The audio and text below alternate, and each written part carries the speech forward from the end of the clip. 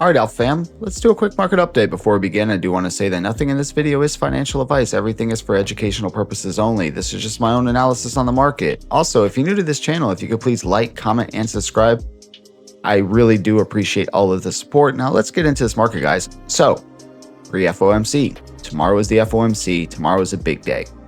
Everybody is sitting on their sidelines, sitting on their hands, waiting to see how the Fed comes out, what decisions they make, and they're kind of just really overall stance.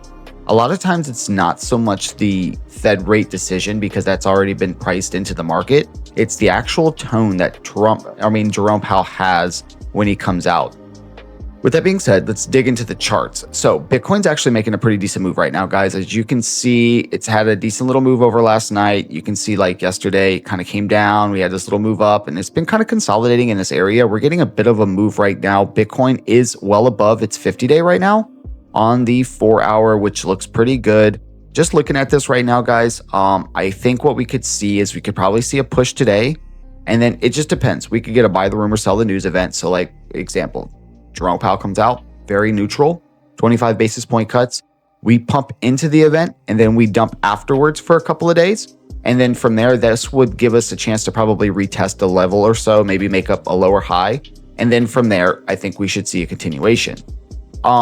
With that being said, guys, let's look on the daily. There's this interesting level here that's kind of happening with Bitcoin. You can see there's this trend line that Bitcoin's battling, trying to get above. And then if I put the fib here, it's this kind of interesting too. You can see that it's also at that same area where that trend line is. It's also battling the 236. So there's a lot of confluence at this area. And I think when Bitcoin breaks above it, there's probably going to be a little bit of explosion behind it. Looking at these candles right now, guys, I mean, they look pretty good. I mean, if you're seeing this, it looks that obviously buyers are coming in and pushing price levels back up. This doesn't look bad at all. Now, one thing I don't like on the weekly is last week's candle was kind of crazy looking. It looked like a doji star, which you can see the buyers stepped up. We did have a nail at first, which was a bullish nail. But again, we still have a few days for the end of this week. So this candle can move up a little bit. You know, it would be a lot better looking than this kind of like, you know, these usually look like a shift in momentum candle. So with that being said, looking at this doesn't look too bad. We do need to break above this trend line. Once we do, obviously we're targeting this 50-day, which is at the $96,000 level on Bitcoin. We still need to clear above these two levels. So we still need to clear above this 94,000. And then from there, we need to clear above this level right here. This level, this like $96,000 to $99,000 level, I think we're going to find a little bit of resistance in. But once we break above it, guys, you have to understand the amount of shorts that are sitting upstairs. There's a lot of shorts that are in this market right now that the market makers are going to come sweep. So I think that will squeeze us to a higher level. Now, with that being said, let's look at Ethereum. All right. Ethereum looks really good to me. It looks like it's broken out of this descending wedge pattern. It's done a bullish retest and it's continuing to move up. The thing that I really like to look at with Ethereum more than anything is the Ethereum versus Bitcoin. This looks really good, guys. You've got Ethereum versus Bitcoin, and you've got basically a breakout of this descending bull wedge or this descending wedge pattern. And then not only did it break above it, but it also broke above the 50, used it as support, and now it's well above it. This is really good. This shows that Ethereum is in an uptrend next to Bitcoin or compared to Bitcoin, which looks really good. We also have USDT dominance, this is Bitcoin dominance.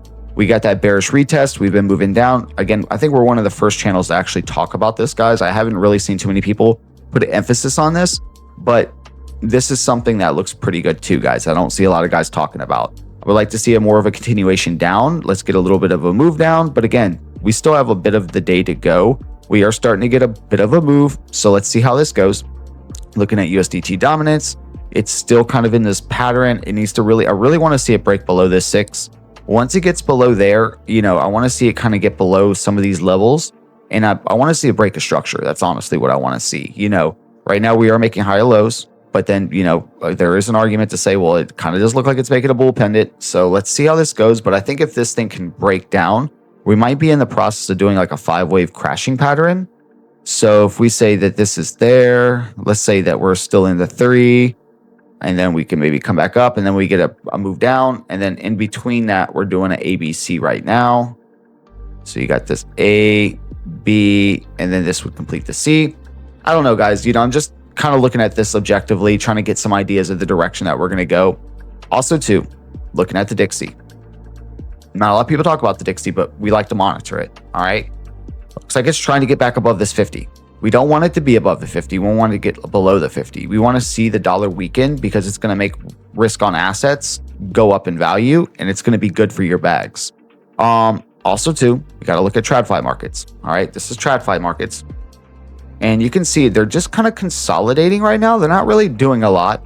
But with that being said, I think that we will, especially today because of the pre-FOMC, it wouldn't be surprising if we see some red in the markets on some of the TradFi stuff. All right.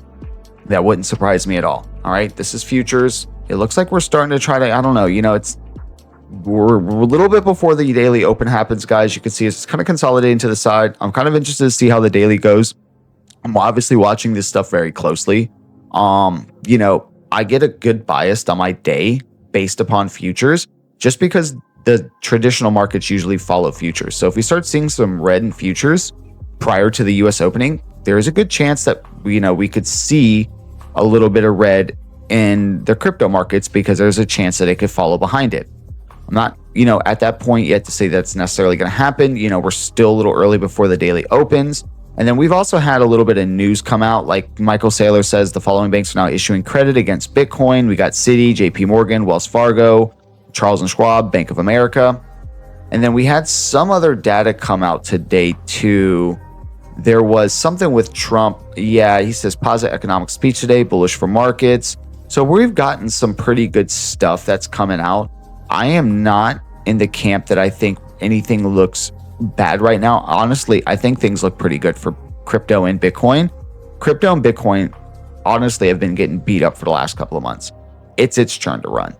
It's its turn to get its shine.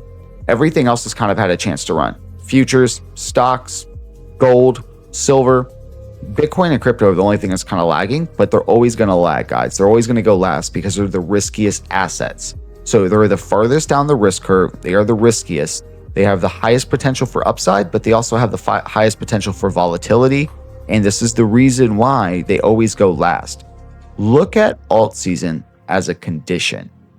It's basically a set of conditions required in order for alts to make the moves that we want them to make. They don't just do these things. Again, they're conditions, all right? The macro conditions have to line up, the fundamentals have to line up, and it has to be like the perfect storm. Give these things about 30 to 45 days of these conditions, and alts can do crazy runs very, very, very fast, all right? The goal is to be in position prior to that move happening and not holding because that's what's going to happen.